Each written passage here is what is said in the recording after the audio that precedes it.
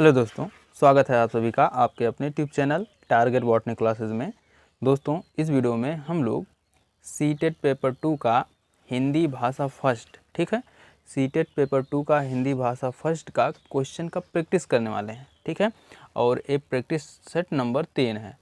इससे पहले हम लोग 2 हिंदी भाषा फर्स्ट का प्रैक्टिस सेट सॉल्व कर चुके हैं, ठीक है। और जो लोग अभी तक पिछला 2 प्रैक्टिस सेट नहीं सॉल्व किए हैं, वे लोग जाकर के उन दोनों प्रैक्टिस सेट को भी सॉल्व करें। और इस प्रैक्टिस सेट को हम लोग सॉल्व कर ही रहे हैं, ठीक है। तो चलिए देखते हैं। देखिए, इस वीडियो में हिंदी के गद्यांश, पद्यांश और पेडागॉजी और व्याकरण सभी के सभी जो है प्रैक्टिस सेट शामिल हैं। मतलब हिंदी भाषा फर्स्ट का प्रैक्टिस सेट है, तो इसमें जाहिर सी बात है सभी के सभी टॉपिक इंक्लूड होंगे। हिंदी गद्यांश, पद्यांश और पेडागॉजी और व्याकरण सभी के सभी, ओके। और आप लोग अगर 2011 से लेकर के 2024 तक के जितने भी एग्ज़ाम हुए हैं, सभी का प्रीवियस ईयर क्वेश्चन पेपर का प्रैक्टिस करना चाहते हैं आप लोग, हिंदी का, हिंदी पेडागॉजी का, तो आप लोग आपके अपने YouTube channel target botany classes पर जाइए। वहाँ से आपको एक प्लेलिस्ट मिल जाएगी, हिंदी का प्लेलिस्ट, ठीक है। हिंदी के प्लेलिस्ट में जाइएगा, वहाँ से आप लोग 2011 से लेकर 2024 तक के जितने भी सीटेट के एग्ज़ाम हुए हैं, सभी के सभी का प्रैक्टिस सेट अवेलेबल है, उपलब्ध हैं, ओके। और वहाँ से जा कर के भर भर के क्वेश्चन का प्रैक्टिस कीजिए। और हम लोग देखते हैं कि इस वीडियो में 30 में 30 कौन कौन से स्टूडेंट लेकर आते हैं, ठीक है। तो चलिए देखते हैं। देखिए, पहले हम लोग पढ़ते हैं भाई, ठीक है, गद्यांश को पढ़ते हैं। देखिए, भाषा भाग 3rd है और भाषा फर्स्ट है हिंदी का। और इसमें जो है गद्यांश का 91 से लेकर 99 तक के क्वेश्चन का आंसर देना है, ओके। तो पढ़ते हैं भाई। देखिए, मोतीलाल चट्टोपाध्याय 24 परगना जिले में कांचड़पाड़ा, ठीक है, कांचड़पाड़ा के पास महमूदपुर के रहने वाले थे। उनके पिता बैकुंठनाथ चट्टोपाध्याय संभ्रांत राढ़ी ब्राह्मण परिवार के एक स्वाधीन चेता, ठीक, स्वाधीन चेता और निर्भीक व्यक्ति थे। और वह युग था प्रबल प्रताप जमींदारों के अत्याचार का, ओके। लेकिन वे कभी किसी से दबे नहीं। उन्होंने सदा प्रजा का ही पक्ष लिया। इसलिए एक दिन उनके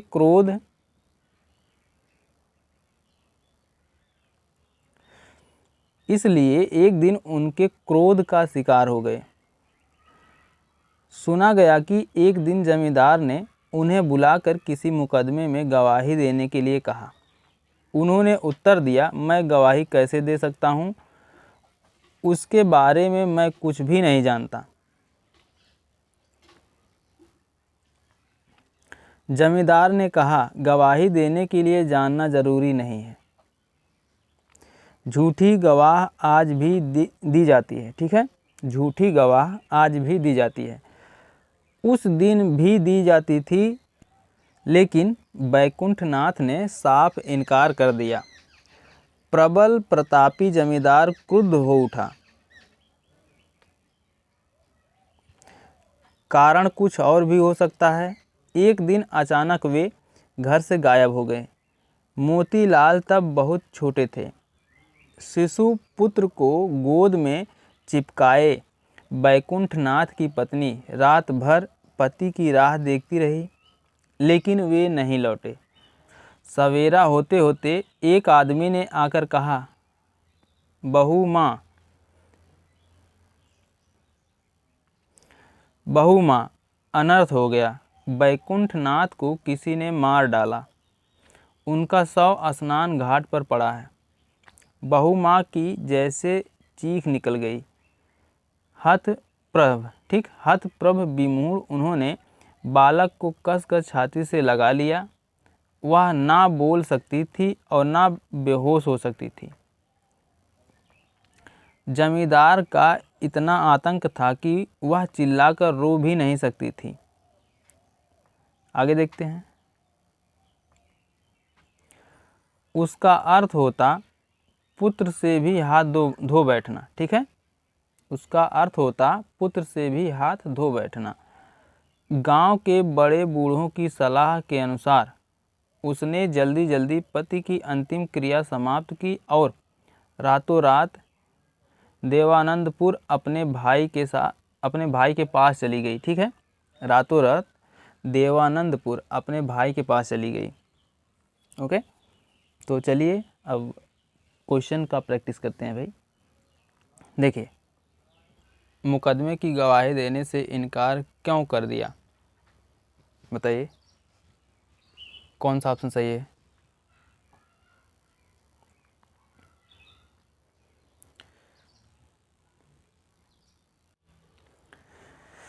बताइए भाई कौन सा ऑप्शन सही है? बहुत ही मतलब माइंड पर बेस है। अगर कंसंट्रेट होकर पढ़े रहे होंगे तो आप जवाब दे पाएंगे। बताइए, बैकुंठनाथ ने मुकदमे की गवाही देने से इनकार क्यों कर दिया? बताइए।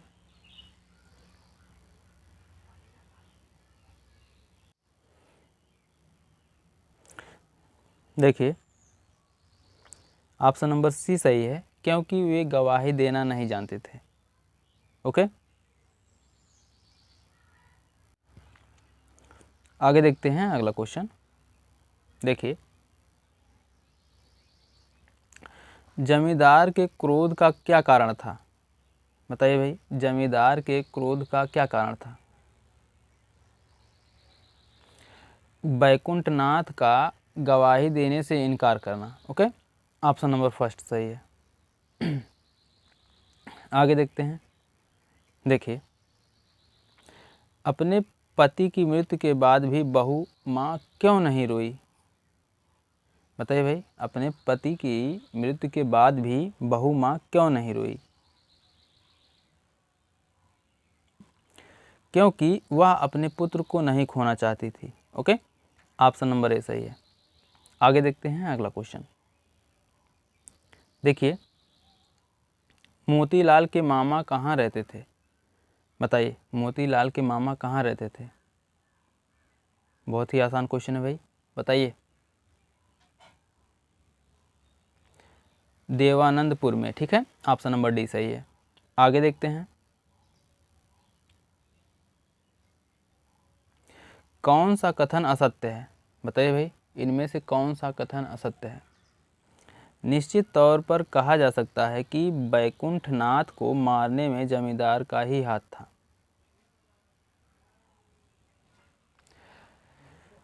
विकल्प सी सही है, प्रयुक्त असत्य कथन है। ठीक है, आगे देखते हैं अगला क्वेश्चन। देखिए, हाथ धो बैठना का अर्थ है क्या है भाई? हाथ धो बैठना का अर्थ क्या है? खो देना। ठीक है, ऑप्शन नंबर बी सही है। हाथ धो बैठना मतलब खो देना, मुहावरे का अर्थ है। हाथ धो बैठना मुहावरे का अर्थ है खो देना। आगे देखते हैं अगला क्वेश्चन। देखिए, अगला क्वेश्चन है, स्नान घाट में कौन सा समास है? बताइए भाई, स्नान घाट में कौन सा समास है? तत्पुरुष समास है भाई, ऑप्शन नंबर ए सही है। स्नान घाट में तत्पुरुष समास है। आगे देखते हैं।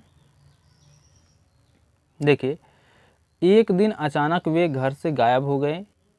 इस वाक्य में रेखांकित शब्द है क्या भाई? रेखांकित शब्द बताइए।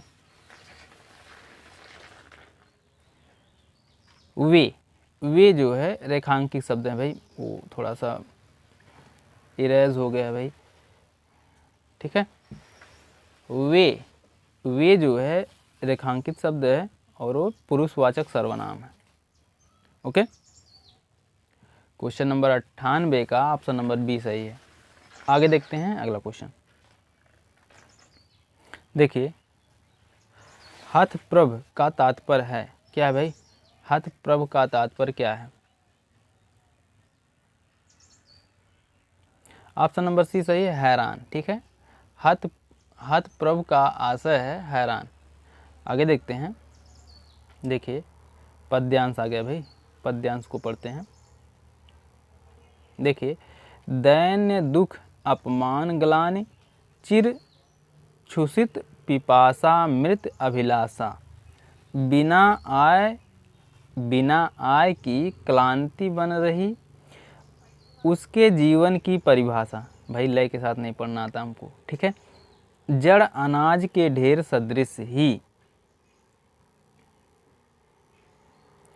वह दिन भर बैठा गद्दी पर, बात बात पर झूठ बोलता, काडी की स्पर्धा में मर मर,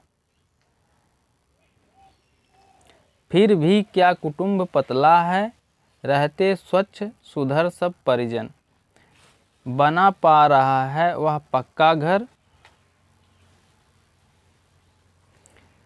मन में सुख है जुटता है धन, खिसक गई कंधों से कथड़ी, ठिठुर रहा सब सर्दी से तन, सोच रहा बस्ती का बनिया, घोर व्यवस्था का निज कारण। ठीक है, चलिए अब हम लोग क्वेश्चन को देखते हैं। भाई देखिए, क्वेश्चन है, इस पद्यांश में किस समस्या का वर्णन किया गया है? बताइए, इस पद्यांश में किस समस्या का वर्णन किया गया है? भाई गरीबी का। ठीक है, ऑप्शन नंबर डी सही है। आगे देखते हैं अगला क्वेश्चन। देखिए, इस पद्यांश में बस्ती के बनिए की समानता किससे स्थापित की गई है? बताइए, कथड़ी से। ठीक है, ऑप्शन नंबर ए सही है। आगे देखते हैं, मृत का विलोम क्या है? भाई मृत का विलोम, क्वेश्चन नंबर 102, जीवित। ठीक है, ऑप्शन नंबर डी सही है। आगे देखते हैं, इनमें से कौन सा शब्द अभिलाषा का पर्याय नहीं है? बताइए भाई, इनमें से कौन सा शब्द अभिलाषा का पर्याय नहीं है? ऑप्शन नंबर डी सही है, दंभ। ठीक है, दंभ शब्द अभिलाषा का पर्याय नहीं है। आगे देखते हैं अगला क्वेश्चन, जड़ का विलोम होता है। जड़ का विलोम क्या होता है? भाई बताइए, जड़ का विलोम क्या होता है? जड़ का विलोम चेतन होता है। अपमान में उपसर्ग है। अपमान में कौन सा उपसर्ग है? भाई अप उपसर्ग है। ओके, आगे देखते हैं। देखिए, भाषा ... है। भाषा क्या है भाई? बताइए, भाषा नियम संचालित व्यवस्था है। ओके, ऑप्शन नंबर सी सही है। भाषा नियम संचालित व्यवस्था है। संरचनाओं की व्यवस्था। रेडक्लिफ ब्राउन का मत था कि जब कभी हम सामाजिक संरचना का उल्लेख करते हैं तो सामाजिक संरचना से हमारा अभिप्राय एक ऐसी व्यवस्था से होता है जिसमें उस व्यवस्था व संरचना के विभिन्न तत्व एक दूसरे से जुड़े होते हैं। तत्व के इस समीकरण और व्यवस्थित पद्धति को ही संरचना कहा जा सकता है। संप्रेषण की व्यवस्था संप्रेषण की श्रृंखला के एक छोर पर जहां संप्रेषक होता है वहीं दूसरे छोर पर प्रापक कोई व्यक्ति हो सकता है। ओके, जन समूह या जन समुदाय भी संप्रेषक और ज्ञापक के बीच जितना समानता होती है, जन समूह या जन समुदाय के संप्रेषक और ज्ञापक के बीच जितना समानता होगी उतना ही प्रभावी संप्रेषण होगा। ओके, आगे देखते हैं अगला क्वेश्चन। देखिए, अगला क्वेश्चन है, ज़्यादातर बच्चे स्कूल की शिक्षा की शुरुआत से पहले ही भाषा की ...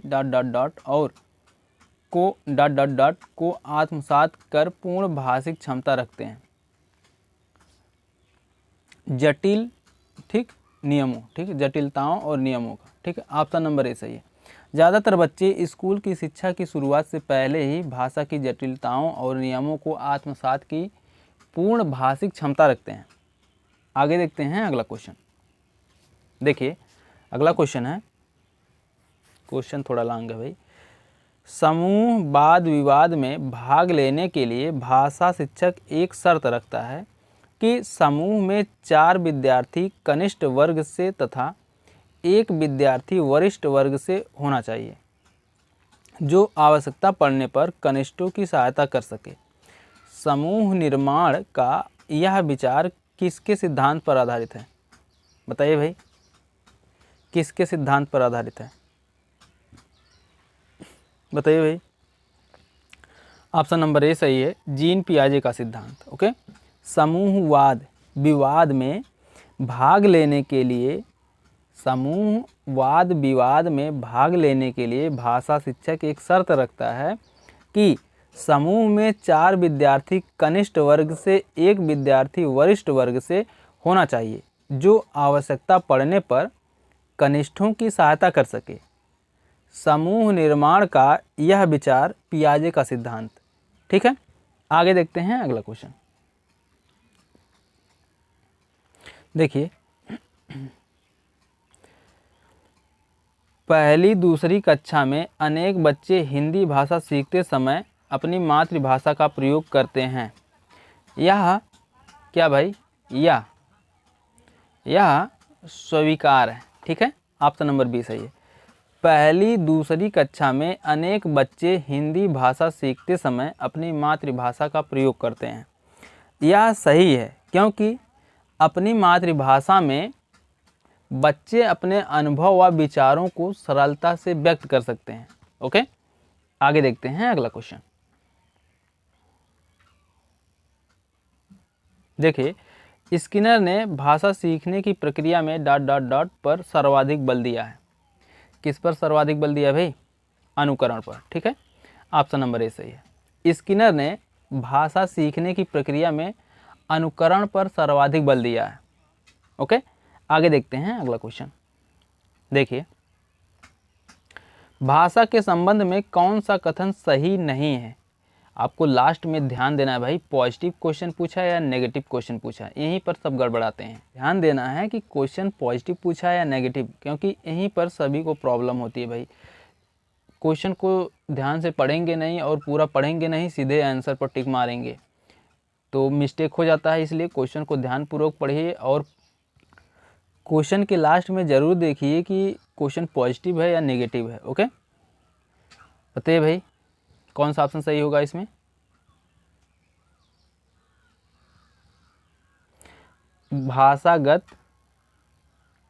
भाषागत विविधता एक समस्या है।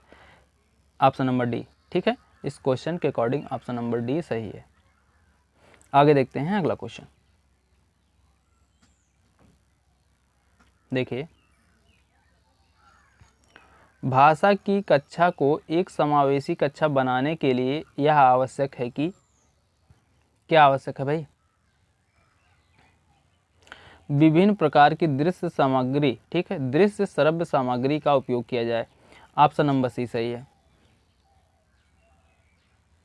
भाषा की कक्षा को समावेशी बनाने के लिए यह आवश्यक है कि उनमें दृश्य श्रव्य सामग्री का प्रयोग किया जाए। ओके, आगे देखते हैं अगला क्वेश्चन। देखिए, निम्नलिखित में से कौन सा काव्य शिक्षण का उद्देश्य नहीं है? बताइए भाई, कौन सा काव्य शिक्षण का उद्देश्य नहीं है? व्याकरण तथा नियम सीखने के लिए। ठीक है, ऑप्शन नंबर बी सही है, व्याकरण तथा नियम सीखने के लिए। व्याकरण तथा नियम सीखने के लिए काव्य शिक्षण का उद्देश्य नहीं है। काव्य शिक्षण भाषा का एक ऐसा माध्यम है जिसके द्वारा भावनाएं व्यक्त की जाती हैं। इसमें रसानुभूति, भावबोध व सौंदर्य बोध होता है। ओके, आगे देखते हैं अगला क्वेश्चन। देखिए, हिंदी भाषा के प्रश्न पत्र में आप किस प्रश्न को सर्वाधिक उचित मानते हैं? बताइए भाई, किसको सर्वाधिक उचित मानते हैं? लेखक ने पहाड़ों पर होने वाली, ठीक है, आने वाली नहीं भाई, लेखक ने पहाड़ों पर होने वाली बारिश का वर्णन एक अलग तरीके से किया। आप बारिश संबंधी अपना अनुभव लिखिए। ठीक है, ऑप्शन नंबर डी सही है। आगे देखते हैं अगला क्वेश्चन। देखिए, निम्नलिखित पर ध्यान दें। यह अध्यापक और उसके विद्यार्थियों के बीच संवाद है। आपके परिवार में रात के भोजन में किस प्रकार का भोजन खाते हैं? 2 पल के बाद। अच्छा, आपको पूरी तरह से मालूम नहीं, चिंता मत करें। निम्नलिखित में से कौन सा सही है? बताइए भाई, कौन सा सही है इसमें से? अध्यापक ने विद्यार्थियों को उत्तर देने के लिए पर्याप्त समय नहीं दिया। ओके, ऑप्शन नंबर सी सही है। आपके परिवार में रात के भोजन में किस प्रकार का भोजन खाते हैं? ठीक है, आपके परिवार में रात के भोजन में किस प्रकार का भोजन खाते हैं? 2 पल के बाद। अच्छा, आपको पूरी तरह से मालूम, चिंता ना करें। ठीक है,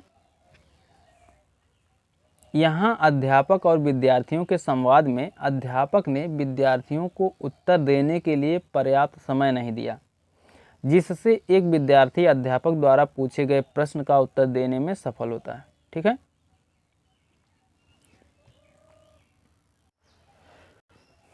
आगे देखते हैं अगला क्वेश्चन। देखिए, संकेत भाषा के बारे में कौन सी बात सही है? बताइए भाई, कौन सी बात सही है?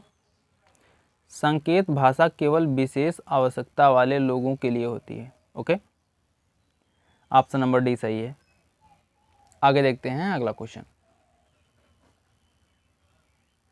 देखिए, विद्यालय में एक से अधिक भाषाओं का शिक्षण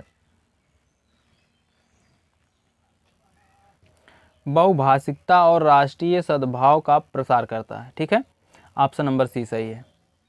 विद्यालय में एक से अधिक भाषाओं का शिक्षण अनेक भाषाओं और राष्ट्रीय सद्भाव का प्रसार करता है। ओके, आगे देखते हैं अगला क्वेश्चन। देखिए, अगला क्वेश्चन है, भाषा शिक्षण की प्रत्यक्ष विधि में क्या भाई?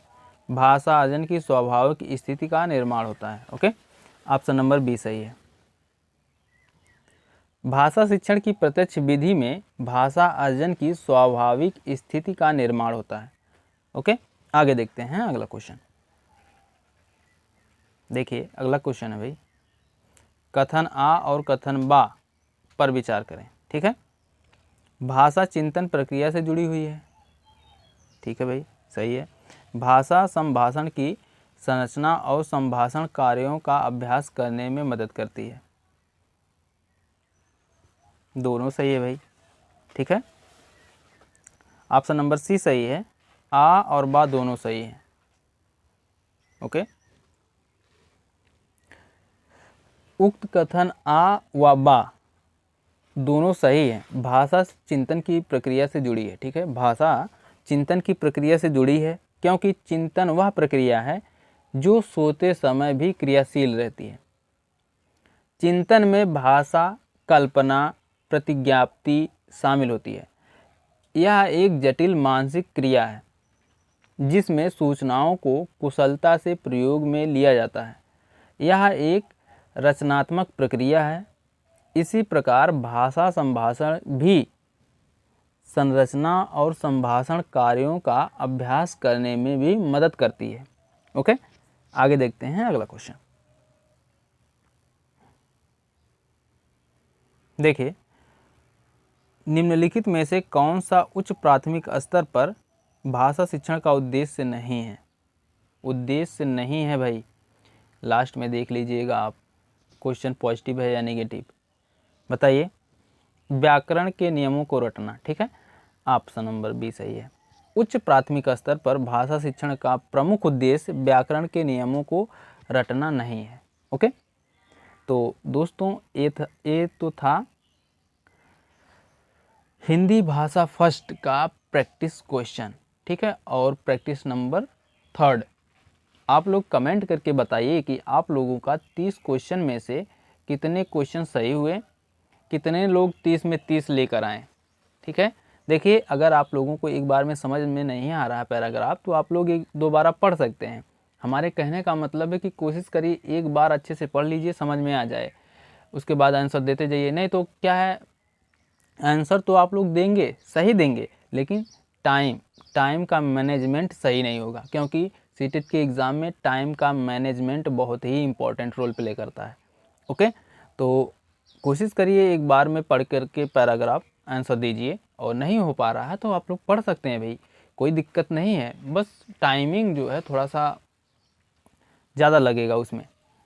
तो हम तो यही कहेंगे कि एक बार माइंड को कंसंट्रेट करके अच्छे से पढ़िए और उसके बाद आंसर दीजिए। ओके, तो वीडियो कैसी लगी कमेंट करके ज़रूर बताइएगा, और अपने मित्रों में ज़्यादा से ज़्यादा शेयर करिएगा। और अगर आप लोग अभी तक हमारे चैनल पर नए हैं तो चैनल को सब्सक्राइब कर लीजिए और बेल आइकन को भी प्रेस कर दीजिए, ताकि हमारे हर नए वीडियो का नोटिफिकेशन आप तक हमेशा पहुंचता रहे। मिलते हैं नेक्स्ट वीडियो में, तब तक के लिए जय हिंद, जय भारत, वंदे मातरम।